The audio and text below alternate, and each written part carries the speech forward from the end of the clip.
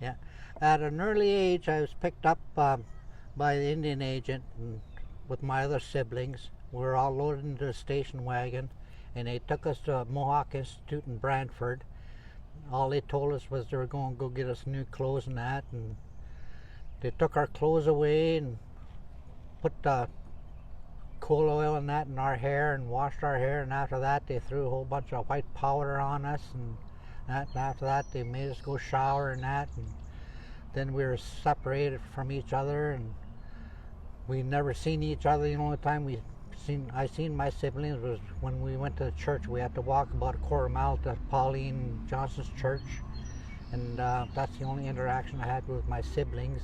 Anytime we spoke our language, we'd get strappings and that, and then they had an apple orchard there. If we even touched the apple or even ate an apple, we'd get good strappings from them. Straps were one of those horse straps from the farmers used to have for the horses, and if we were really bad, they'd line up the older boys, and we'd have to go through that line of kids would be hitting us and that to go like a gauntlet. That was really horrific, and that's why they called it the mush hole. We only had porridge to eat breakfast, dinner, and supper. And if we didn't eat that, we'd have to eat it the next day. It was really horrific, and every time we spoke our language, we'd all get slapped, and we'd have to they'd wash our mouths with soap and that. And how old were you, Arnold? I was about 4 or 5 when I went there. Then I stayed there till 1962. From 62, the Children's Aid picked me up, and I was in the Children's Aid care from 62 to 68. And Children's Aid, that was just another residential school that the government had, but it was Children's Aid. And that's another way to try to assimilate us, and I couldn't even speak our language because I wasn't allowed to speak our language, and I wasn't interacted with my siblings and that. And with the Children's Aid, they kept moving me from farm to farm, so I was just child labor under the Children's Aid. So, help me understand, I didn't know any of this. How old were you when you went under the care of Children's Aid? I was 60.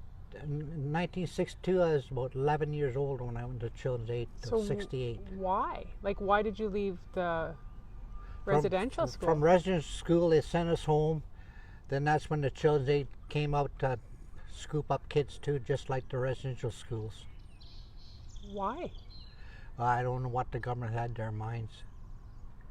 And to me, that was just well, you heard about the Holocaust with the Jews and that. That's just the way they treated us First Nations.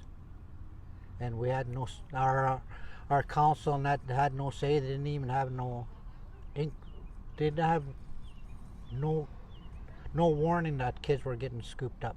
Did they tell you? Like, I have, again, I say this, I'm ashamed. Like, I'm ashamed of this country. I'm ashamed of everything that we did, and I'm ashamed that people didn't know that this existed till 1996. Yeah. That's a real cover-up. There's a lot of cover-up that the government had. And in regards to those little children that they found in BC, how many of those children did they use drugs on, testing drugs? Maybe that's how those children died, from them trying to use drugs and that to cure people for polio and everything else like that. Like, a child doesn't know what they're doing when they're just getting fed when they're small, eh? So a child doesn't know what they're doing or what they're taking. So Lord knows what they've done to those poor little children. They never had a clue what was happening to them. It's so hard to listen to, Arnold, and I think, a lot of people have said we shouldn't be talking to survivors, we should leave them alone, this reopened wounds, this is triggering. You share your story, and why? To me, I share my story so that people will know what atrocity that Canada has done to First Nations, and they're still doing it. There's still a lot of racism out there. And top it off, I'm a counselor in Curve Lake First Nation. We hardly ever get any funding like any off territory, like let's say Peterborough, city of Peterborough. They get all kinds of funding from government. Curve Lake First Nation just barely gets a little bit at all, and we have to make do with what we have. That's how we're resilient in Curve Lake. We make do with what little they give us. What do you want? I think this is the biggest question for people who, a lot of people want to make it right, and you can't. Like, you can't fix, like, you can't make this right. But how do you move forward? What do you want? Well, to me, you have to have the First Nation to the lead. We're the only ones that know how to interact with our First Nations. Non-Native person doesn't know how to interact with our First Nations. They don't know our culture. They don't know our language. They don't know our spirituality. So thank God for that I came home with my ancestors that made a calling for me to come home. How did you find it? I don't know how I found that, and I guess it's through the Children's Aid that I realized that I was Native, because even when I was going to schools in Crestwood and that, I was always called a black savage and all that, so I just realized that I was Native. I didn't realize I was Native because I could hardly even speak my language to this day. Do you have kids of your own, Arnold? I have one daughter and I have two lovely granddaughters.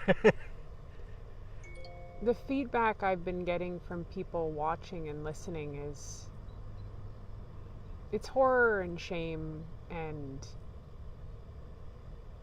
a deeper comprehension of systemic trauma. Yeah. Right? Yeah. Because the pain and suffering that was endured by your parents, then to you, like, well, when I first came home, I didn't even know where my parents lived, and when I went home and my parents said, "Who are you?" I said, "I'm supposed to be your son." How old were you? I was about, I guess I was 16 or 17 when I first came home to Curve Lake. Did you know your name? I just went by Arnold. But did they name you that at the residential school? No, my parents named me that. So you did know. Yeah, my real name is Stanley Arnold Taylor. Stanley after my dad. So did you have a good relationship with your parents after that? Yeah, I had a good relationship with my parents and that. Yeah, they're really fun-loving parents. My dad was a fishing guide. He taught me how to fish and where to go fish and that. And my mom used to do beadwork, and I'd help her do beadwork and that too. So they brought me back my heritage, but my parents hardly ever spoke our native tongue either, because maybe they were afraid that there'd be repercussions on that too, just like we have. We get repercussions because we speak our language. How many brothers and sisters were taken? There's 9 of us all totaled. And you were all taken? Yeah. Well, the older ones were taken first, and then the rest of us went after. So, did they tell you were going to a good place? Like, did they lie to you and say? Yeah, they did lie to me, because they said they were taking us for clothes and that, and I was wondering where are we going? And they just kept driving. Finally, we hit Brantford Mohawk Institute.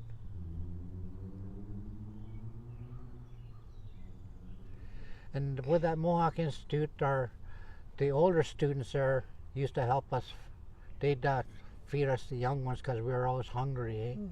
Then the older ones taught us how to sneak out at night. We'd go down to the dumps, search for food and that. So it was pretty horrific. Survival. That's all you learned was survival. Yeah. Well, put it in perspective. Let's say this COVID here, what the government's doing right now. Like, non-native people are really complaining that they can't interact with other people. Put that in perspective, what a First Nation went through in residential school, where we couldn't interact with our siblings or anybody. If you put that in mind, use that scenario. And the isolation. Yeah, and the isolation. Did you do or have anything fun? Like,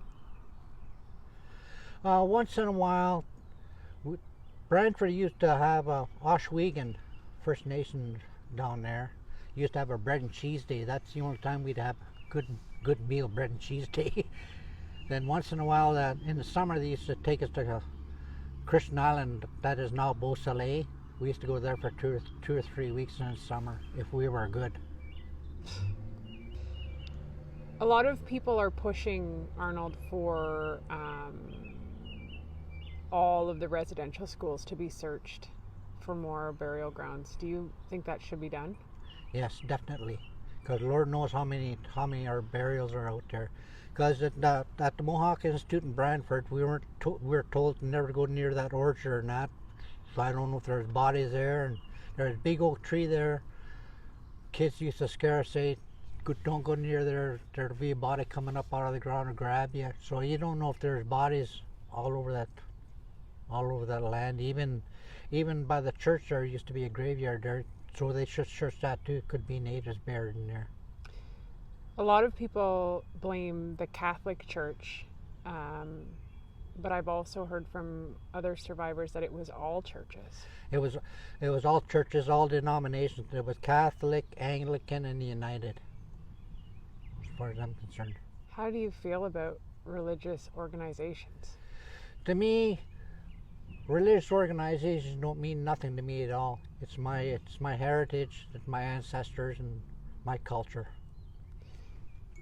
This is a big conversation that came up about forgiveness and reconciliation.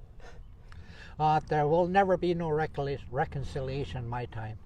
That's just a hogwash. I don't know how you reconcile something like that. No, it'll never. So you have taken on politics in your own Yeah, I was own area. talking to one of my elders when I was working out in Curve Lake there, and I was telling her all my problems and that, and she said, you got a good head in your shoulders, you should run for council. And I went for council, and then that way I joined CS Board of Governors, and I've been on the council for around 15 years. I've been board of director for Kawartha Alberta for over 12 years, and that way our children never go through this again with Children's Aid or anything.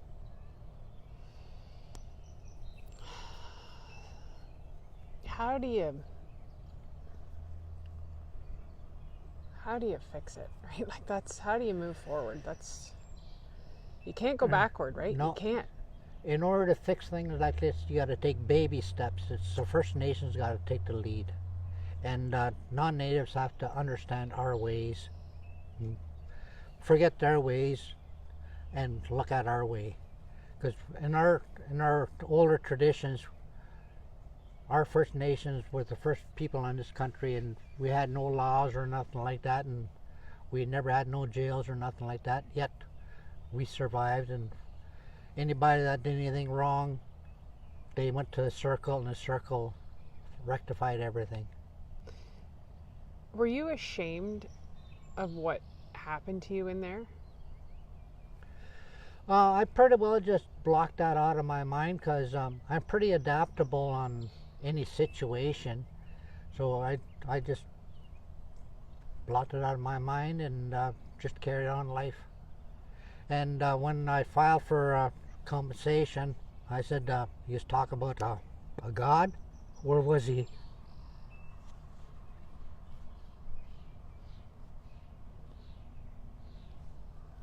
It's pretty hard to believe in that when you're... Yep. Because I've heard that at the Mohawk Institute, when sometimes a child would leave during the night and they'd never return, so I don't know where those children went. Do you talk to many survivors? I went there for a reunion once, and that was about 3 years ago. I went to a reunion there, and I snuck into that building. Of course, I knew how to get in and out of it. So I came out the front steps, and somebody says, "How'd you get in there?" I said, "I lived here." So it was, and I was talking to a couple of people there that lived in Brantford, and they didn't even know that was a residential school. So that's how hush-hush it was. Sick. It's sick. Yeah. And, you know, I don't know whether I'd put this in or not, and I don't want to make it political, but people want to go down, you know, which stream of government did what. And I'm like, these were in operation for hundreds of years. This was every level of government. Yeah, that's a problem with the federal government and the provincial government. The provincial don't want to do nothing. It's a federal government's problem. Then the federal turns around and say, no, it's not ours, it's your problem. It's all government's problem. It's not one government problem, it's all. It's not one church problem, it's all church problems. I agree. Yeah. And for the Pope not to give an apology, which by rights he should give an apology, because one of the Catholic ones were one of the worst Catholic schools up north and out west. And to me, if they don't recognize the atrocity that they done to First Nations, and they're supposed to be the ones that you're supposed to repent your sins, what good's your religion if you don't repent your own sins that you done to us? Acknowledgement. Yeah. Did you do therapy, or what did you do, or what do you do to heal? Me, I just block things out of my mind and just carry on life, and I'm pretty resilient. And, You have to be. Yeah. I don't know if this is insulting or not, so I'm going to say it and you can tell me to shut up, Michelle. It's fine. I know you will. Oh, you got my mind too.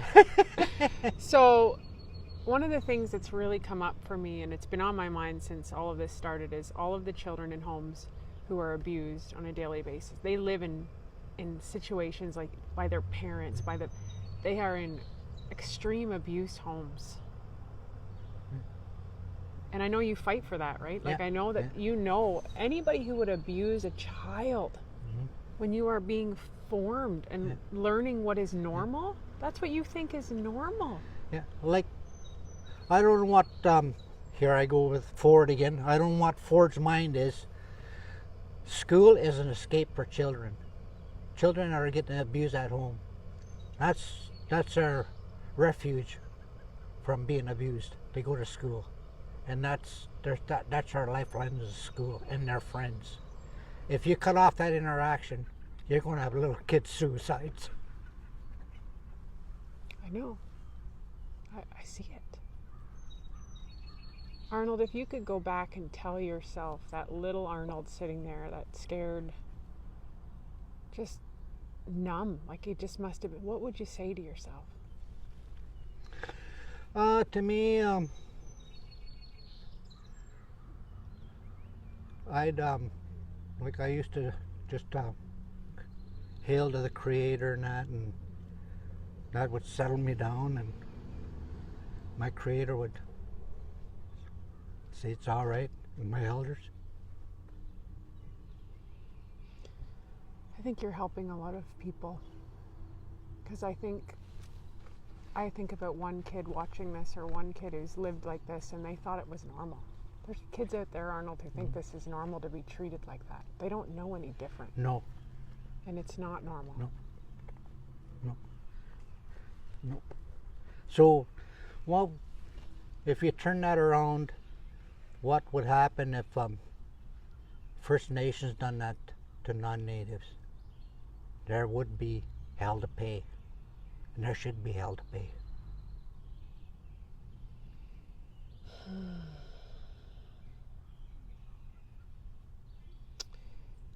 I've thought about this a lot, because I think money is a conversation, but it's not the whole conversation. Do you agree with that? Yeah, money will never replace the atrocities. No matter what amount of money you give or how many apologies you give, that'll never ever break the hearts. If I were to say to you right now, Arnold, if you could ask the government to do anything, what would you tell them to do? I tell them back off. It's first, give more funding to First Nations. We know how to run our territories, and we know how to look after our children.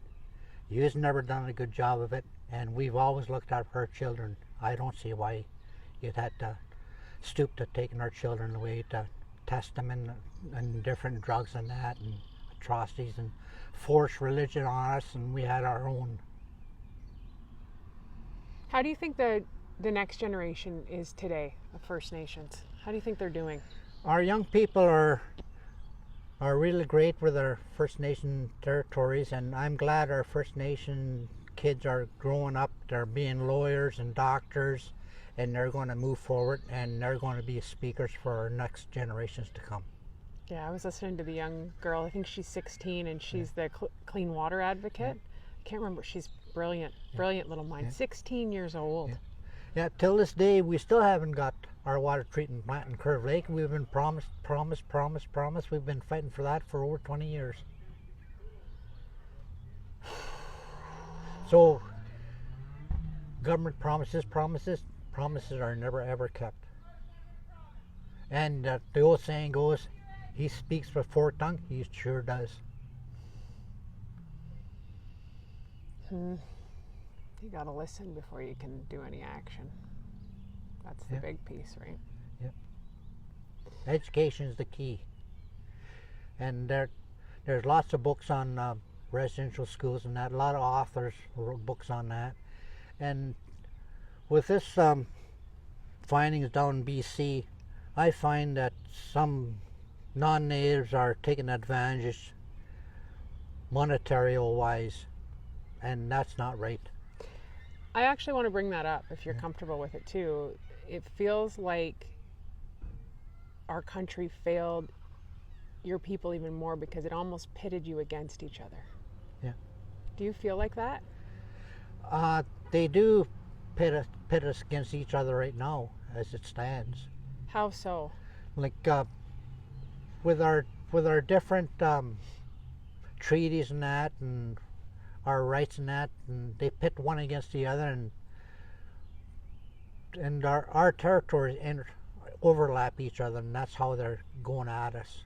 And in the olden days, we didn't have to ask permission to go on territories, because all North America is our country, and we didn't have no borders. We just moved freely as individuals, as nomadics. Let's do a little education piece on what white people need to learn in terms of how we talk about words that are hurtful, words that don't help. I'm a big believer in language, right? Change language, it changes everything. So one of the questions is the word Indian. White people are not supposed to use this word, or they are. No, an Indian to me is from India, not North American. We're First Nations. And you got to get that right. And we're not Aboriginal, they're Australian. You got to get that in mind. You got to get your country straight. What about Native? Native? We are native in our land. There's a free course. Did you know this? A free course, I think it's through Athabasaca University, for First Nations education, and it's free. I just signed up for it the other day. There's a lot we don't know, and I think there's a lot we don't ask because we feel embarrassed, right? People don't ask because they don't want to. But I don't know. Like old Canada, our home and native land. It is our native land, but it's not your home, it's ours. Put that in perspective. You were a guest in our country. In the back of my mind, I don't think I would ever forgive. Because that's passed on to generation, so what happened to me, that'll probably be in my genes, so that'll carry on through history. You know, people don't know that it actually changes your DNA, trauma. Yeah. It lives in you. Yeah. What is Curve Lake and your family doing to honor the 250 children? That must be so hard on your... Yeah, we started a fire there sacred fire there on Tuesday, and then I went down there a couple of times and that's really wholesome feeling down there, and I really like our powwow grounds because that's sacred to me. That's where I go and enjoy myself in It's a powerful place. Powerful place. I feel like you're giving a lot of strength to a lot of people, and I'm very grateful for that. And yeah, when I spoke on CBC there yesterday and this morning, they said I'm a very powerful speaker. well, it's so powerful to hear. And I think somebody made a comment, and I thought it was really well put. You don't owe us anything, right? You don't owe us to relive your trauma. You don't owe us this to tell us. So I think, you know, thank you doesn't seem like enough to say. You know, like it's a tough, but if we don't know, how do we, if you don't know this stuff, how do you fix it? Yeah. Same as, let's say, if you get one flat tire in your car, do you flatten the other ones to make it right? No, you fix it and carry on. Use that scenario. Like I use a lot of scenarios in my life. That's how I survive. How did you parent after going through, that must have impacted how you look at children and how you feel about children and giving what you never had. Yeah, I do. To me, our children out there are my lifeline, because when I ran for counselor, my motto is, these are all family here. You're not Taylor, McHugh, or what, doesn't matter to me, you're all family. And we're all one unity. Yeah. Statues. Take them down, leave them. What do you think? To me, take them down. Because when a person, even when you put a monument up, recognizing that they were resident school survivors there, every survivor that looks at that, they're going to play a lot of mentality roles in their system, in their minds. That's going to traumatize them more. So just take everything down and don't erect anymore. Yeah, it's hard. I had this conversation with a Holocaust survivor, right? Well, with John A. MacDonald and all those statues and that, how would Germany look if they erected a statue of Hitler? That's just the same way. The atrocity that he created. John MacDonald created atrocity on First Nations too. So you're idolizing, and that's not right. Idolizing in general is supposed to be wrong, right? Yeah. In my younger days, when I was in children's aid in Warsaw, I was raised in Warsaw. Jordy and Keitha Cooper, they raised me like their son, and one year I rode a horse from Warsaw in the exhibition ground in Peterborough for Czechs TV. Did you have chap legs, Arnold? Did you have no, I just had jeans on and no shirt. That was back in 63 or 64, I think. Wow. Yeah. I bet your timelines are fuzzy too, right? I bet, because of everything. Yeah. Did you ever turn to alcohol, drugs, fighting crime? I took and I drank a lot and that, but I've never ever done drugs. No. And my parents drank too, and I don't blame them for drinking. And that was passed on from my parents to me. But then I said, when I talked to that elder, that's when I quit drinking, and I haven't touched a drink since then.